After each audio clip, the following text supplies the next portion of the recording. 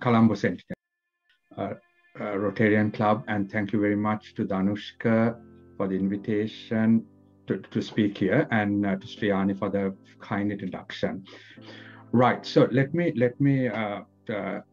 go through this some aspects about COVID-19 vaccines and what you need to know. I'll give a quick talk on some important aspects. And I know that some of you are non-medical, some are medical, and I'll try to pitch it in the correct level. I'm sorry if some of the doctors feel that it's a bit lower than what they would want. I will try to make it understandable. So the number of case and death, this was 12th February, and this updated to 18. It's about 110 million cases of COVID has occurred around the world, with about 2.4 million deaths. So it's a big problem in the world. It has devastated economies, it has changed people's lives, and it has affected all countries around the world. Things have been quite bad in the UK and US. You can see the amount of people who have had the COVID-19, with 4.1 million in the UK, and the number of deaths together with about now it's about 29.5 million in the US, with close to 500,000 deaths. India, our closest neighbor, has had quite a number of cases, and Sri Lanka is blessed with having a lower number of cases and a lower number of deaths, but we cannot let our guard down, because this has affected all countries and can affect anyone at any time point, any country at any time point. Now, if you look at the vaccines, nearly 100 million vaccines against COVID has been already given in the world. That's a very important statistic. 100 million, over 100 million vaccine. The Israel, US, China, United Kingdom, India, Brazil lead the way. And now in the UK, more than 15 million vaccines have been administered. And the hope is that the adult population will be vaccinated by at least June or July. The reason for this is one of the ways that we could use to control the COVID pandemic. It does not downplay other aspects like wearing a mask, social distancing, lockdowns, hand washing. Those are extremely essential. But in addition, we know that those will reduce the number of cases, but then as soon as we open up, etc., you find that the number of cases tending to creep up again. And we have to have some other method to be able to get this pandemic under control. So it is extremely important, despite you all receiving the vaccine, the COVID-19 vaccine, do not think that today you receive the vaccine, tomorrow you can go ahead and remove your mask, just go anywhere you want, etc. Those steps have to be followed until a certain amount of people are immune from the condition, develop what we call certain level of herd immunity, which I will explain to you. So this is an important slide to tell you that 100 million people around the world have received the vaccine. Sri Lanka started the vaccination program. We got some vaccines from India, that is the AstraZeneca Oxon vaccine, which was made in the Serum Institute of India, which is the largest vaccine manufacturer in the world. That's an important statistic and fact to be known. So what I'll quickly do in this talk is talk to you some basic aspects so that you understand what the vaccine does. I'll tell you about the immune changers, about antibodies and cell changers, the cells, the white cells, and tell you about the COVID-19 vaccines. Now, if you look at the immune system, every country, including Sri Lanka, has an army, a air force, a navy, and a police force. What do? They keep law and order, and they get rid of any problem, any sort of harmful influences. So you don't have all four systems, all four sort of forces going into action at the same time.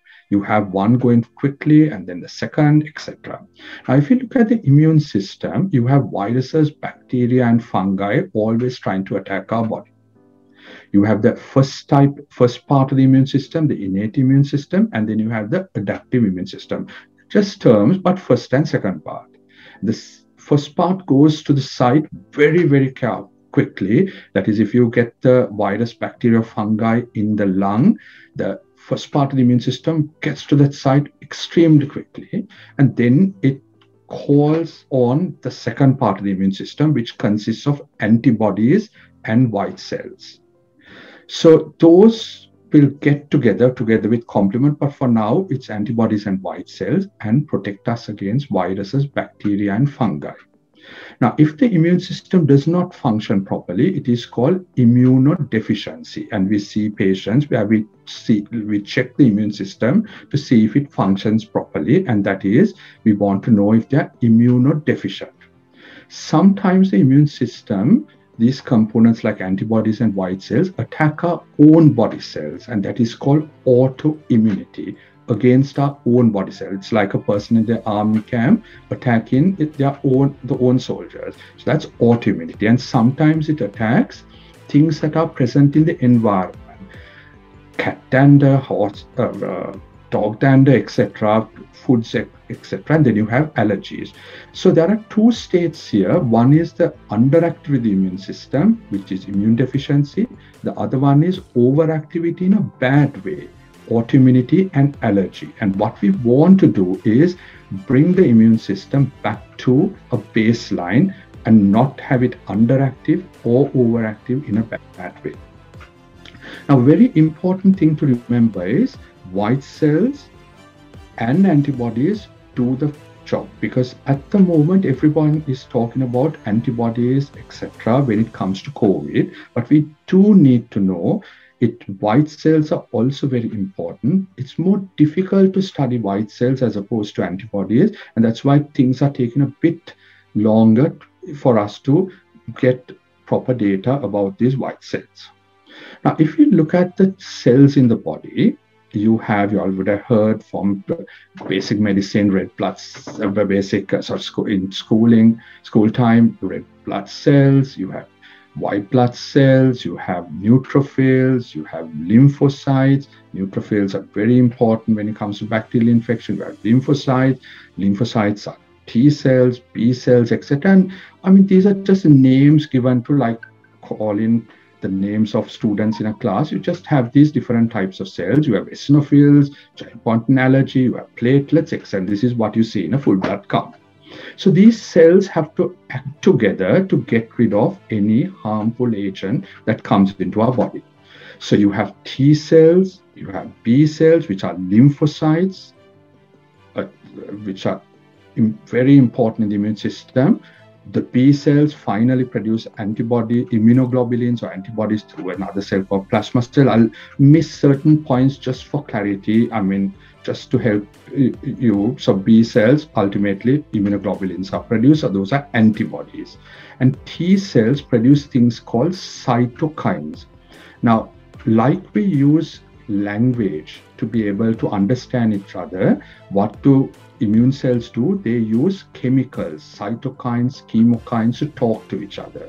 That is the language, that is the means by which they talk to each other, they attract each other, etc. So the cytokines should be at a certain level. If you have excess cytokines, you will find that people can develop hyperinflammation, and that is what happened in patients with COVID. They were developing excessive inflammation that is affecting the lung and the rest of the organs, and the person was succumbing to that condition. So we have to prevent excess cytokines, which is an important thing to control the infection. But if it's excess, it can cause problems, and that is why we use certain drugs to try and control the excess cytokines. So all of you all would have seen this schematic of the SARS-CoV. I mean, this is something that is been on so many TV screens, etc. And it's what we name it as it's a RNA virus. You have DNA viruses, you have RNA viruses. So in the middle, you have the RNA together with some proteins. On the surface of the virus, you have these classic proteins called spike proteins and you have other proteins. So you have the spike protein, you have the RNA together with other proteins, and the spike protein attaches to a receptor, just a door on a cell, to be able to get the virus into the cell. Now, the important thing is the virus has to enter the cell and take over the machinery of the cell. It does not have its own machinery to multiply, so it gets into the cell, takes over the machinery of the cell, and then multiplies and produces a whole lot of other viruses, which goes out of the cell and infects other cells. So spike protein, RNA virus, and several other proteins. Now, what did scientists around the world do? The spike protein attaches to the receptor to enter the cell. So if we can neutralize, if we can produce a vaccine that can neutralize, bind to the spike protein and neutralize the virus, then the virus won't enter the cell. So that is why the spike protein was chosen as an important component in neutralizing, important component in making a vaccine. So this is just a quick schematic. What I want to illustrate, you have the viral particle, just want to illustrate one component called a receptor binding domain. That is the part of the spike protein that binds to the receptor. I told you the spike protein attaches to the receptor and then it enters the cell. Why I just showed this is the receptor binding domain is because you have, like having a book with sentences and certain words, you have certain letters that form this protein. And if the letters change due to new variants, you would have heard of so many things about new variants going around in the news.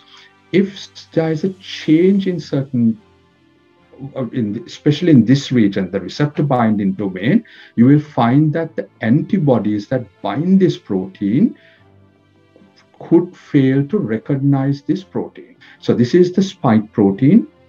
It's made out of certain letters, which I won't go into detail.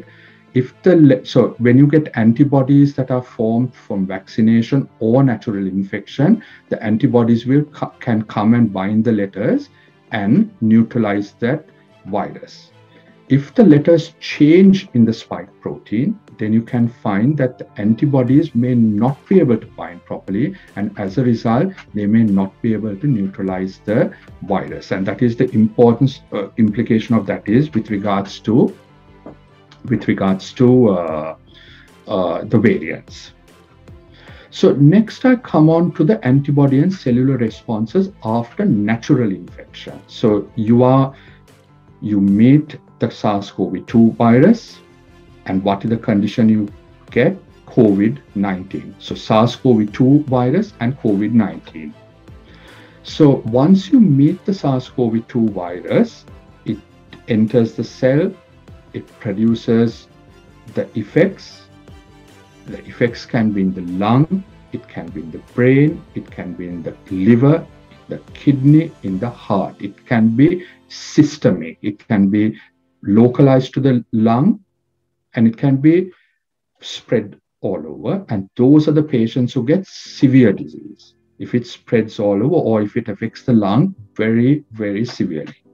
Now, lots of patients can be infected with the virus, but they can be asymptomatic. That is, hardly having any symptoms. They can have hardly any symptoms, and it's only later when we do some testing that we tell the patient, yes, you have had SARS-CoV-2 viral infection in the past, you have had COVID in the past. That is asymptomatic. Several patients develop mild infections, children, mild infections.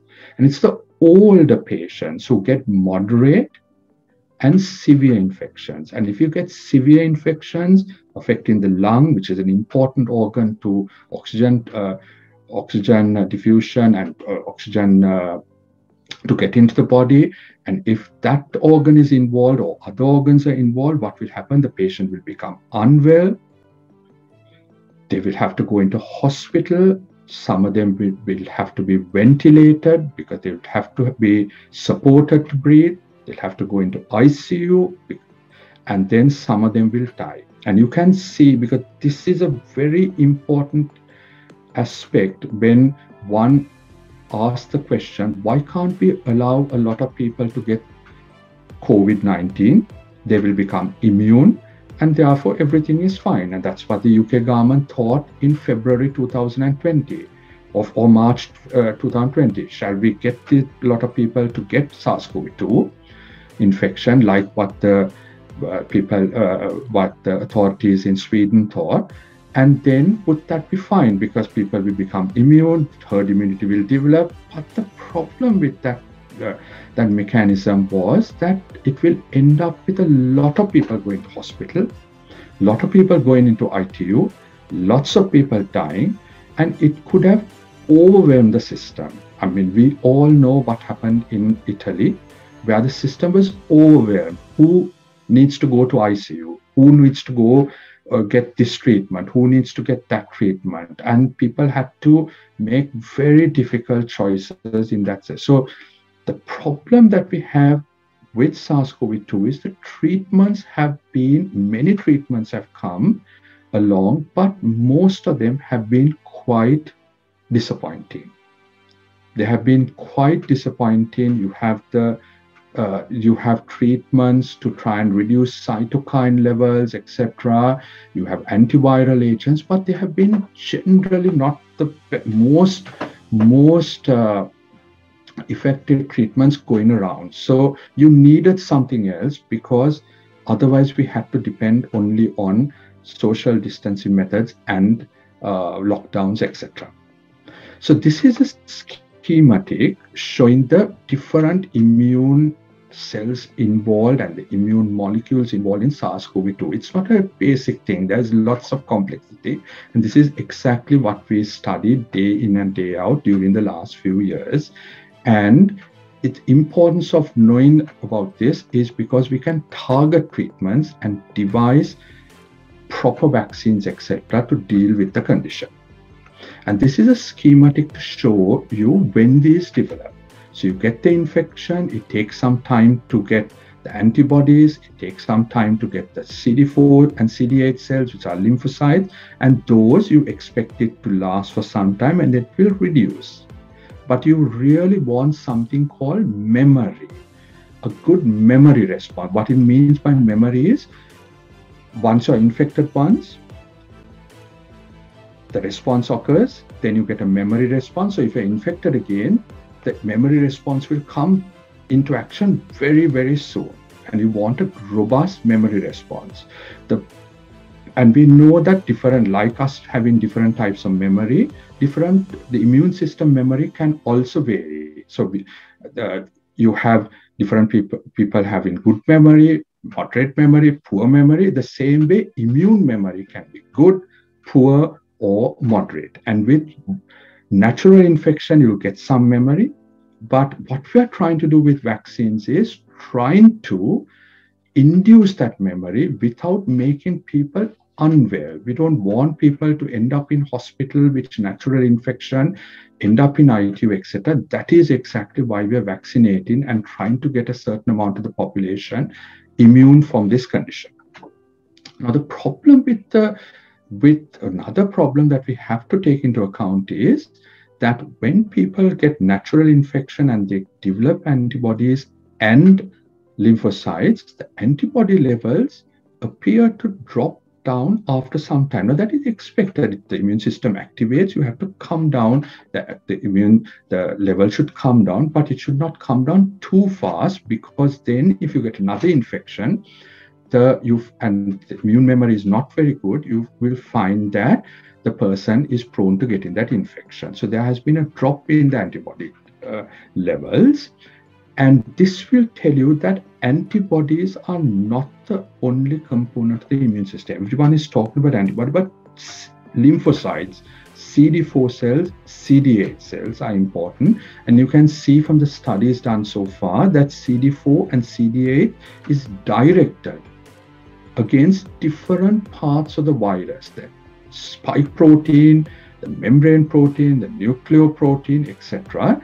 So we want diverse and a broad spread immune response of antibodies and T cells to be able to get rid of this nasty organism and keep it under control.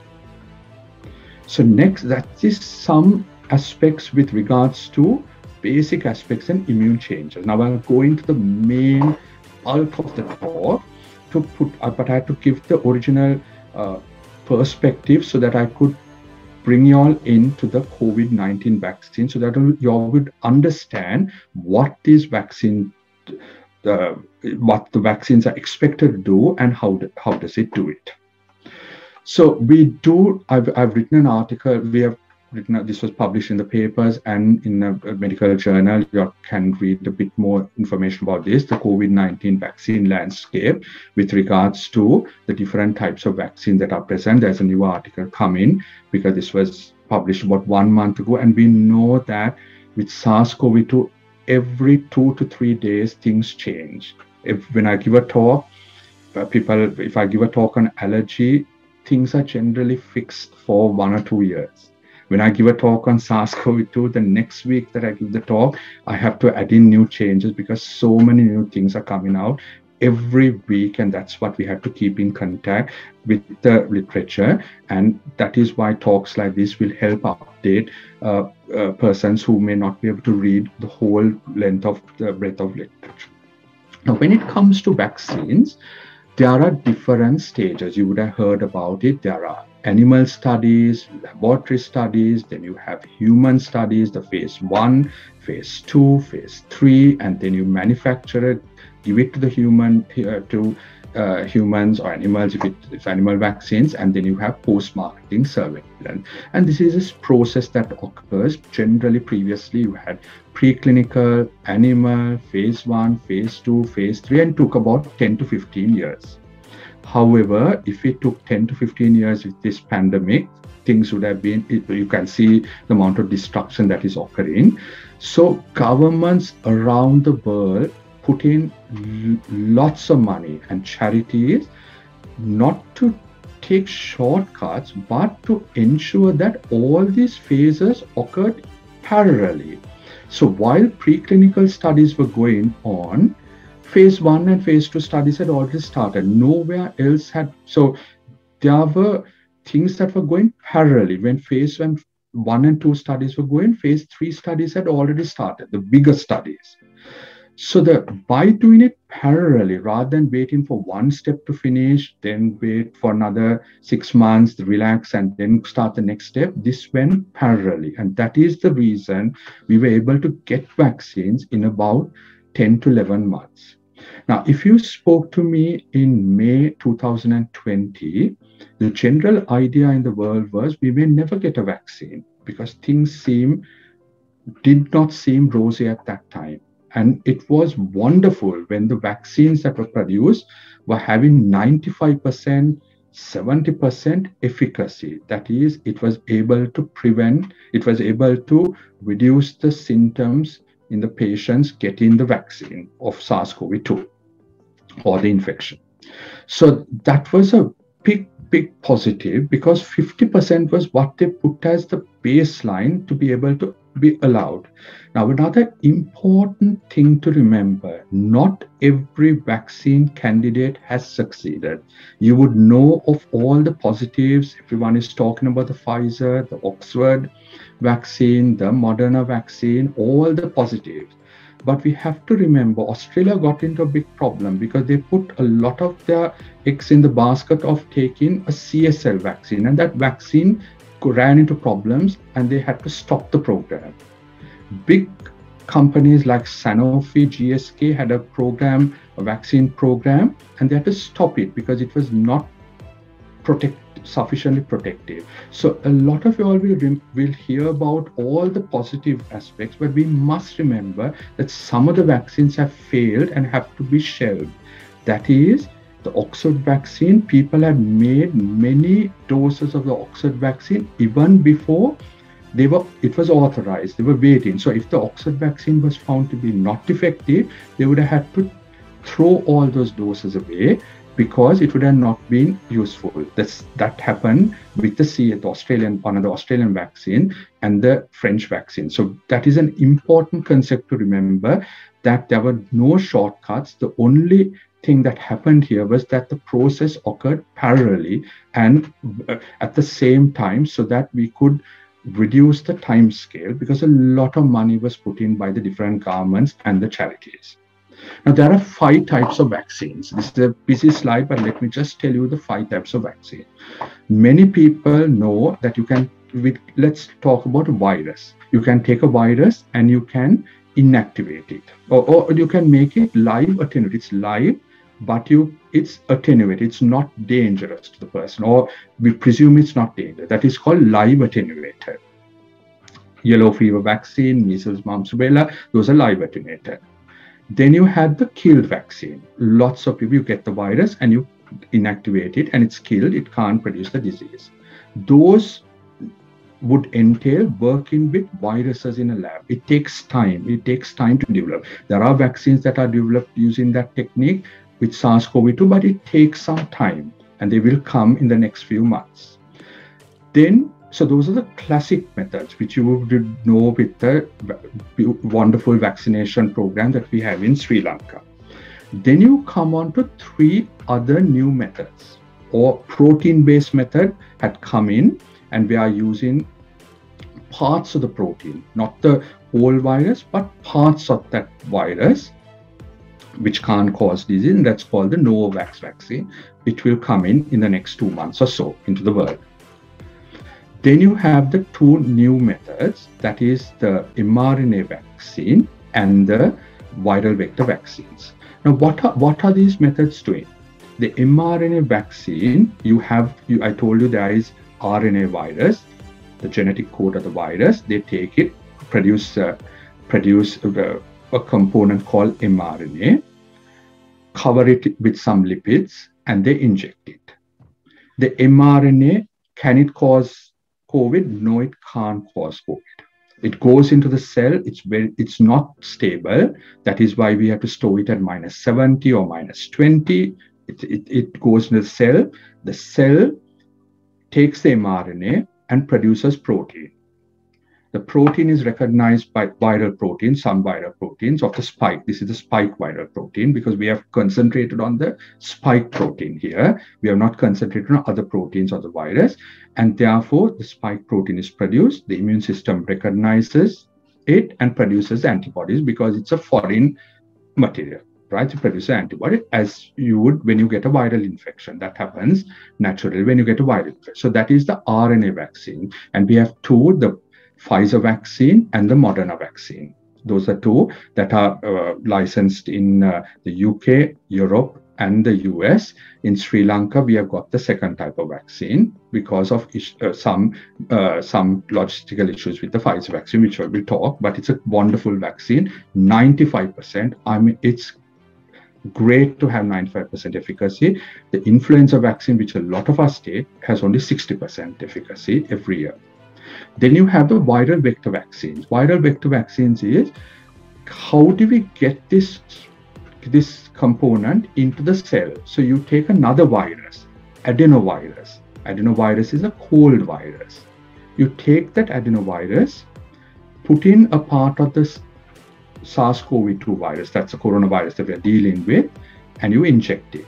Now, the adenovirus has been disabled to such an extent that it can't go and cause disease in the person you're injecting. So when you get the Oxon vaccine, it's an adenovirus, but it's the chimpanzee adenovirus, right? It's not the human adenovirus. It's a chimpanzee adenovirus, which can't cause disease in humans. It just goes and takes this part of the spike protein, the genetic element, to the cell, and in the cell, you get the spike protein that is produced. So viral vector vaccines, the Oxford vaccine is the chimpanzee adenovirus. Nothing to do with chimpanzee. It doesn't have components of chimpanzee. It's nothing. It doesn't have animal components. It doesn't have human component.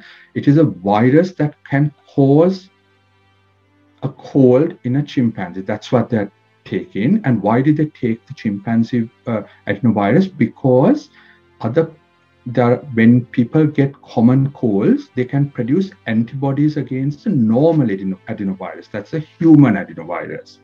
And what the Oxford scientists thought is if they use a chimpanzee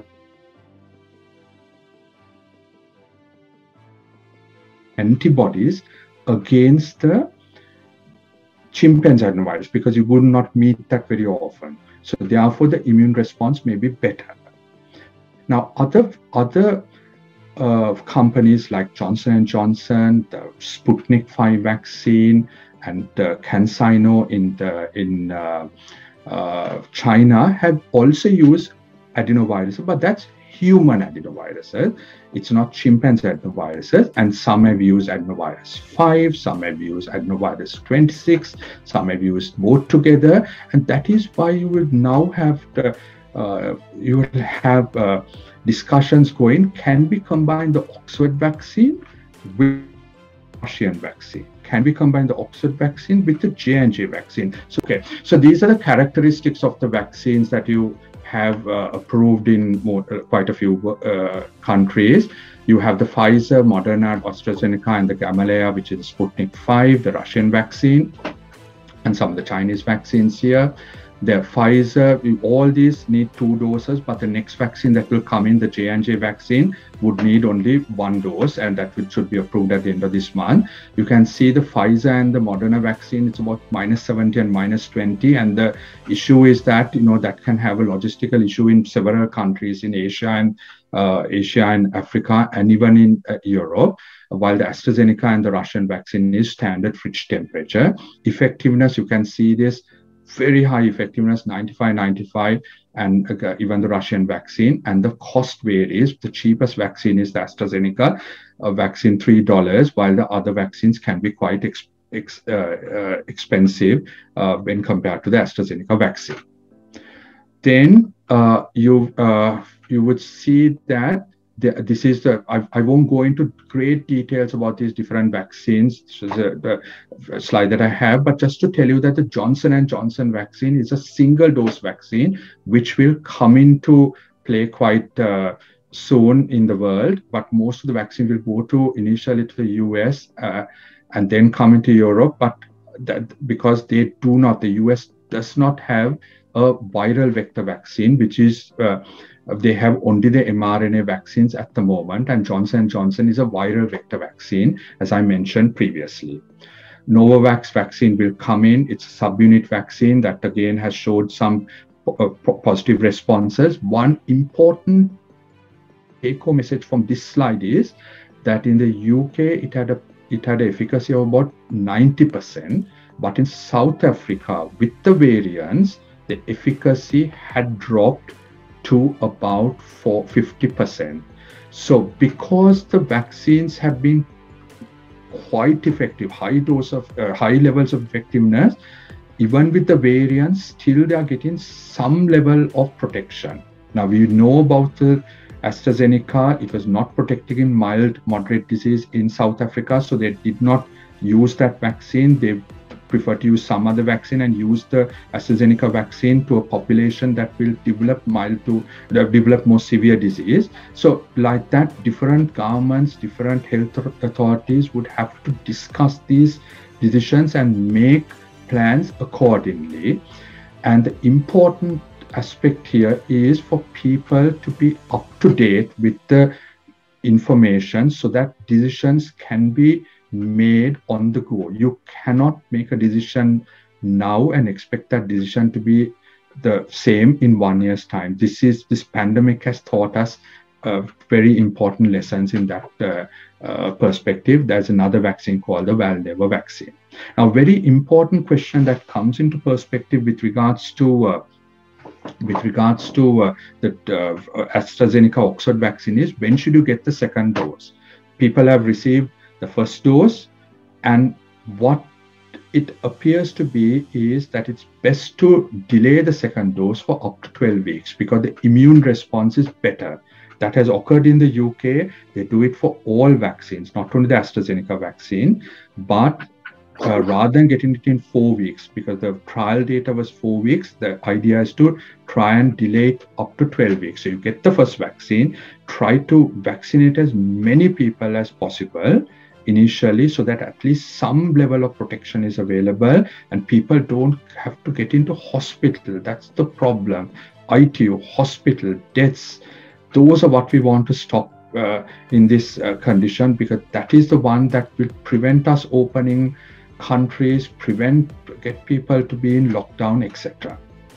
Now, what about once you receive the vaccine, would you test positive in a PCR test? No, you would not test positive in a PCR test, because this applies to students who are going overseas for their studies, etc. They get the vaccine, then some of them are nervous that they will be positive in a PCR test. No, it won't be positive, but a certain antibody test you will be expected positive. But for moving to countries, you do a PCR test. So that is an important aspect to consider. Allergic manifestations. We know that the Pfizer and the Moderna vaccine, some people developed allergic manifestations. It was about 11 persons per million, as opposed to normal vaccines having 1 per million. So there was a slightly increased risk of anaphylaxis. But an important thing to remember, in the US, who have vaccinated more than 40 million people, far more than the population in Sri Lanka, they are vaccinated. In that situation, they only have the mRNA vaccine. So patients with allergies have also been vaccinated. Penicillin allergy, latex allergy, food allergy, etc. And the present advice is you vaccinate the patients. I'm talking about the Pfizer or the Moderna. You vaccinate the patients, but observe them for 30 minutes, 15 to 30 minutes. The important aspect to remember, if you develop an allergic reaction to the vaccine, then you won't vaccinate them, but not to things like penicillin, etc. When it comes to the AstraZeneca vaccine, which is in Sri Lanka, still there has been no signals of increased allergic reactions to the AstraZeneca vaccine. And that is important, because that's the vaccine that is present in Sri Lanka. Now, another important thing to remember, all medicines have some adverse effects. If you take paracetamol and you look at all the adverse effects that have been reported, you wouldn't touch that. But people go to the pharmacy and get paracetamol. So they have to list adverse effects, but if you try to read every possible adverse effects, you wouldn't touch. So certain vaccines would produce mild adverse, fever, chills, headaches, body aches and pain. But that shows that the immune response is starting, the first part of the immune response, reactogenicity. It does not mean that the person is going to develop allergic reaction. It will have some adverse effects, and what happens is, what I advise is persons taking some paracetamol before or after, some antihistamine, but they do not have. The importance is to monitor for severe allergic reactions, and there's lots of hype of the false information going about severe allergic reactions, about Guillain-Barré, that's a neurological condition, about thrombocytopenia. And the thing is, there's a background level of these different conditions, and if you give a skewed picture to people saying that these are occurring in, say, there will be 36 people who develop a complication in 40 million. But if you didn't give the vaccine, there would have been 50 people getting the condition anyway. So those have to be taken into consideration. Again, the number of times I've had this text, WhatsApp text that is going on about the UK being concerned about adverse events, that is absolutely a lot of fake news, because that has been systematically broken down to indicate that that is not the case, and that there was, even if you didn't give the vaccine, there were people getting those same effects as naturally, because that is the background level of certain conditions in the population. The COVID-19 and pregnancy and breastfeeding, just a quick update. I'll just take 5 minutes more.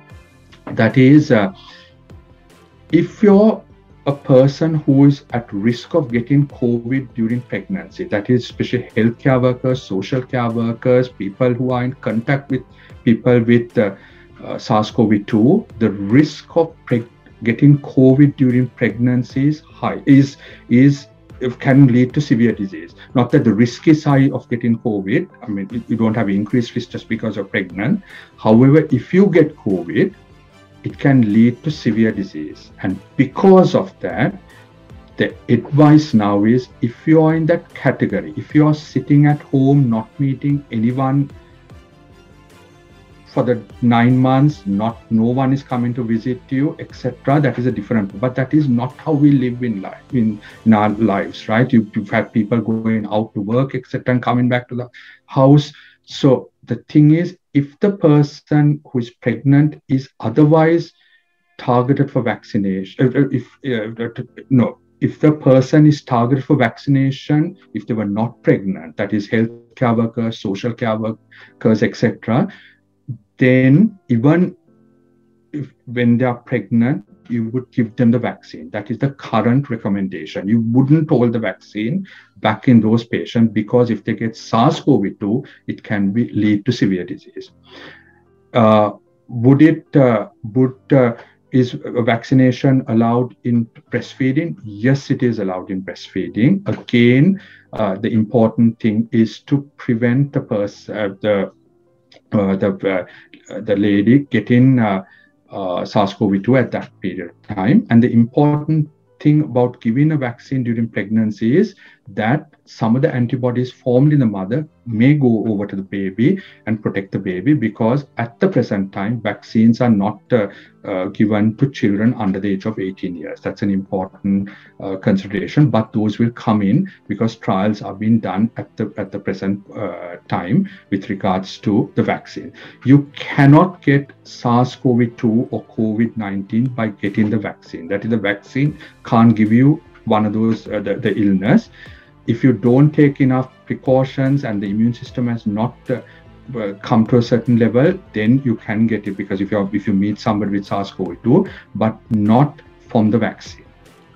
And these are some of the articles that were published in the Ceylon Today and the Daily Mirror. You could read if you want to get more information about this different thing. So in summary, more than 100 million vaccines have been given around the world. The US, China, UK, India, and Brazil lead it because of the bigger countries, etc. The number of vaccines per 100,000, Israel leads it because quite a number of the population is being vaccinated, and it has led to an important reduction in the number of severe cases. That is very important to remember in these countries. These are the two vaccines that could come into Sri Lanka first. Oxford vaccine has come, the Pfizer vaccine, the number of doses, 12 weeks apart, and the big studies that have been done to show it. There is vaccine. There was some vaccine hesitancy initially, but now it is moving as we see the benefits coming from vaccination to vaccine enthusiasm. Some countries have more vaccine enthusiasm compared to others. Some places like France and etc., the enthusiasm has been low, but it has been increasing over the last period time. And this is what vaccines have done. There were among a big group of patients who were vaccinated, no deaths and 4 severe cases, while before there have been many deaths and more severe cases. That is what we want to avoid in this group of patients, because that is the issue that will run down health systems and will keep countries closed and cancer deaths increasing, because if you keep places closed, how can cancer surgery occur? How can cancer diagnostic occur in the way that it should occur? And that is the troubling aspect of the indirect aspects of closing down places and keeping for long periods of time. Just 2 minutes about new variants. There are different variants. We have written articles again published in the newspapers in Sri Lanka if you want to read more, the different variants, and then what is the effect of the variants on vaccine efficacy. There are different, there is the UK variant, which has spread to many countries now, even in Sri Lanka, and that will spread. I mean, it's nothing sort of very surprising. The UK variant will go around the world because it's more transmissible. It is more transmissible. It can cause more severe disease and more hospital. But at the moment, it does not affect COVID-19 treatment or vaccine responses to any great extent. It's not a great extent that it's affecting, but the South African variant, that's the important one. The Brazilian variant, the modified UK variant, that's the second variant in the UK. Then the Los Angeles variant, the Ohio variant, those are the ones we are keeping a close eye on, because the South African variant has a change, this E484K, which can affect vaccine responses. I told you one of the vaccines were less effective in South Africa. So those are what we'll have to monitor, and that is why countries are moving towards vaccinating an increased number of their population before these variants spread and become a big problem. And so finally, this is what I've done so far. I know you all will have quite a lot of questions come in. The basic aspects, telling you about the virus, about the immune response, the antibody response, cellular response, the 5 types of vaccines that have been developed, the 5 classes of vaccines, the 3 vaccines that have been approved and used quite widely, the mRNA, Pfizer, Moderna, and the AstraZeneca vaccine, but newer vaccines are coming into play quite soon with regards to the other J&J vaccine, etc. I told you about the new variant, SARS-CoV-2, and the vaccine response. You can read it in some paper articles or the questions. You can ask me some questions in that. So finally, more than 100 million vaccines have been administered.